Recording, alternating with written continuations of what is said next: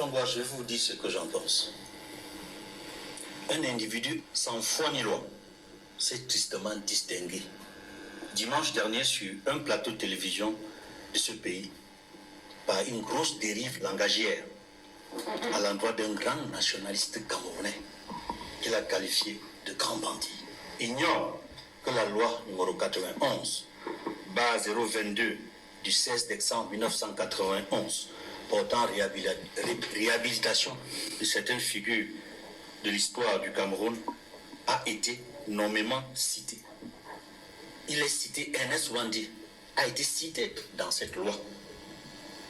Parmi les figures annoncées dans ce texte, aux côtés d'autres grands nationalistes, dont Ruben Ougniobé et Félix Roland Moumié, dont nous connaissons les rôles et les responsabilités à l'UPC, Union des populations du Cameroun. Nous tenons à dénoncer ce mépris grossier envers Ernest Ouandi et cette tentative de révisionnisme.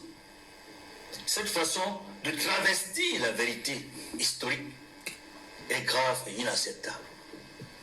Grave parce que cela questionne le patriotisme et le sentiment national chez certains compatriotes. Inacceptable parce que cela remet sur la sellette le débat autour des questions mémorielles. À la suite de ce personnage ubuesque qui occupe les plateaux de télévision pour distiller la haine et le rejet de l'autre, un ministre de la République s'est pratiquement lancé dans les mêmes errements. Sauf que il ne s'est pas à la suite ravisé. Il a fait un rétropédalage. Il a fait son mea culpa. Ce membre du gouvernement s'est rappelé que le président de la République, qu'il a nommé, reconnaît la place prépondérante des nationalistes camerounais dans la quête de l'indépendance véritable du Cameroun. Je voudrais dire également ceci. Dans une interview que nous a accordée, la figure emblématique du One Cameroun, qui était une association alliée à l'UPC, Ndé Toumaza, de regretter mémoire, qui était un grand acteur de l'UPC et qui a été très proche des leaders de l'UPC, notamment Ruben Ougniobé, Ernest Ouandi, Abel Kingé, a déclaré dans la Nouvelle Expression une grande interview en août 1991, je le cite. C'est idiot de croire que les UPCistes, c'est idiot, je le redis, c'est idiot de croire que les UPCistes brûlaient ou volaient les biens des gens qui les soutenaient. Fin de citation.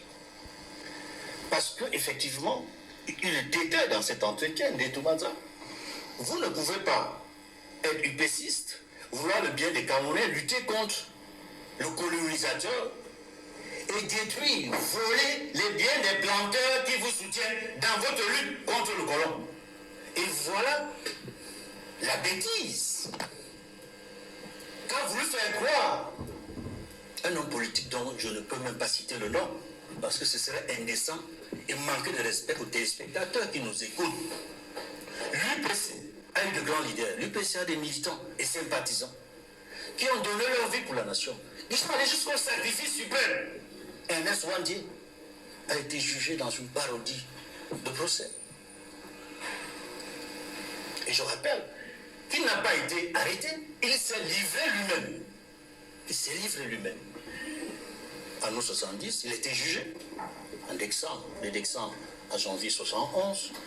Et puis, il a été condamné à mort avec d'autres camarades, d'autres grands camarades.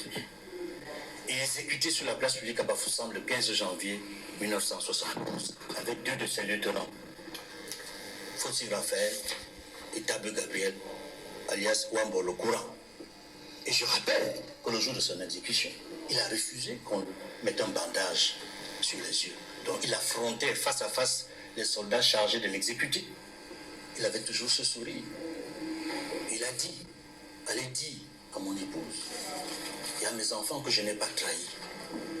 Et c'est ainsi qu'il a été exécuté. Donc quelqu'un meurt ici pour son pays. a lutté pour l'indépendance et la réunification, a lutté pour l'indépendance véritable, parce que l'UPC n'a jamais considéré l'indépendance du Cameroun oriental du 1er janvier 1960 comme une indépendance. Moumié disait que c'est l'indépendance formelle. La preuve, jusqu'à aujourd'hui, nous continuons à revendiquer notre souveraineté que nous n'avons pas politiquement, économiquement et financièrement.